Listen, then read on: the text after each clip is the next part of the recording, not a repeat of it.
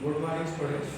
In this today's class, we are going to discuss fundamental concepts in the organic reaction mechanisms. Okay? This is very important. That is very important. That is fundamental concepts in the organic reaction mechanism. In the last class, we have discussed that is in this chapter. We have discussed that is first one nomenclature. The nomenclature, that is IUPAC nomenclature. We have seen the IUPAC nomenclature, and second one is an isomerism. Second topic we have taken the isomerism, IUPAC nomenclature, and second one we have taken the isomerism.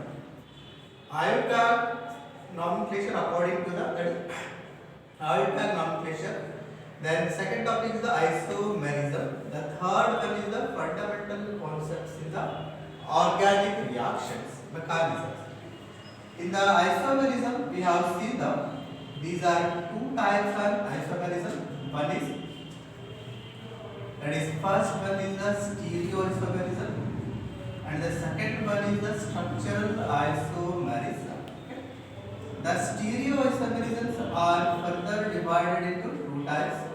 One is optical isomerism and another one is the geometrical isomerism. The isomerisms are divided into two types. One is stereoisomerism and another one is the structural isomerism. The stereoisomerism further divided into two types. One is optical isomerism and another one is the geometrical isomerism.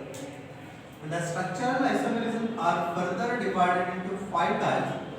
One is chain isomerism. Second one is an position isomerism. Third one, functional isomerism.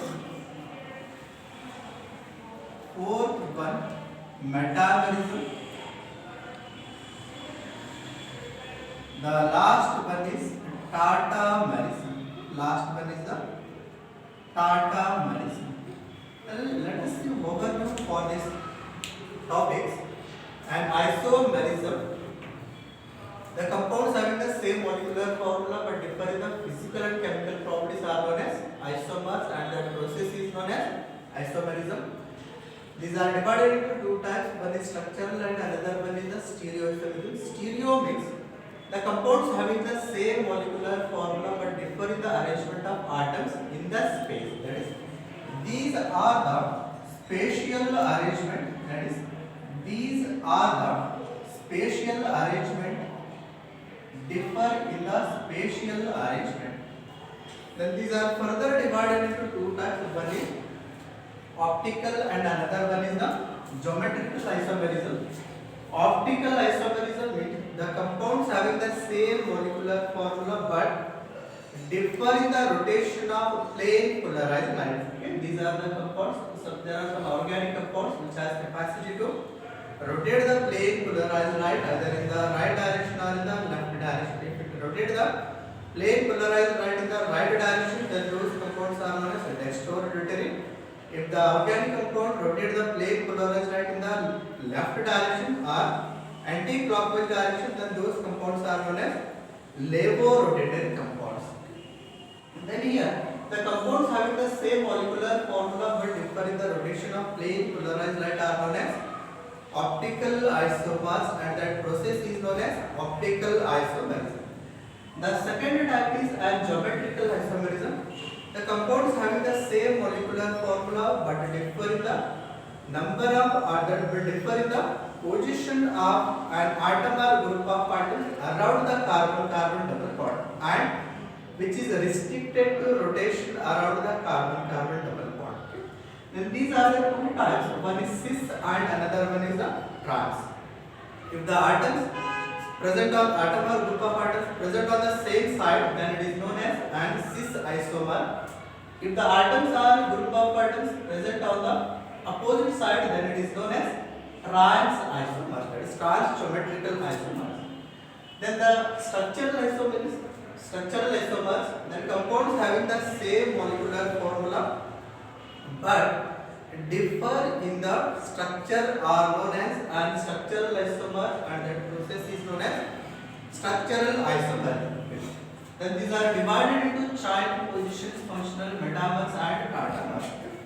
Then chain isomer means the compounds having the same molecular formula but differ in the number of carbon atom in the parent chain.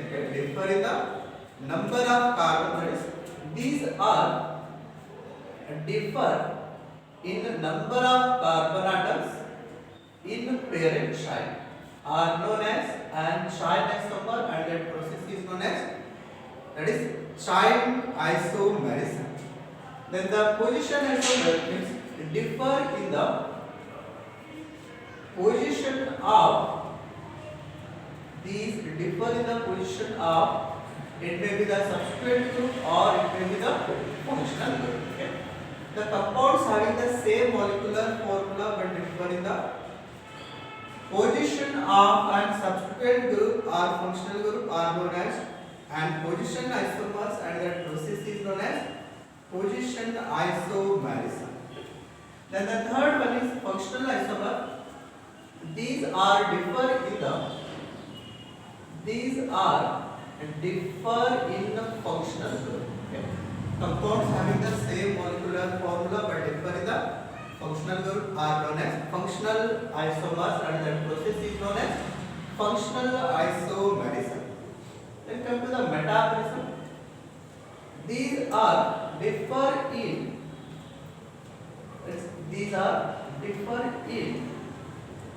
number of atoms or group of atoms, around the functional group. Okay? Around the functional group, the number of atoms or group of atoms are differ in the metamerism, and those compounds are known as metamers. That process is known as metamerism. Here tautomerism. These are the special type of these are the special type of functional isomers. Then these are the special type of functional isomers in which a dynamic equilibrium will be exist between the two functional groups, and dynamic equilibrium simultaneously exists between the two functional groups. Okay? Then that is today's class is on fundamental concepts in the organic reactions.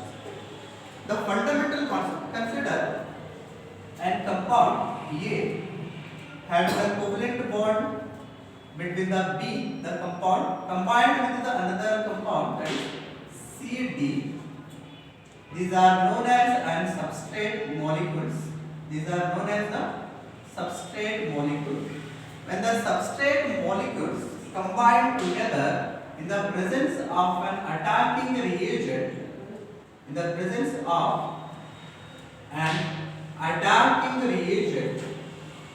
it will produce the product, that is intermediate, and further it will produce the main product. That is, consider main product is consider AD plus CB. Consider an AB combined together with the CD in the presence of attacking reagent, it will get converted into the AD and C. These are the product here. Okay? When the substrate molecule combined together in the presence of attacking reagent, it will produce the product. In this reaction, the substrate molecules, first the bond between the molecules will be broken down or cleavage, then only the further reaction will be carried out. In such condition, that is, when the breakage of this bond takes, these are the covalent bond.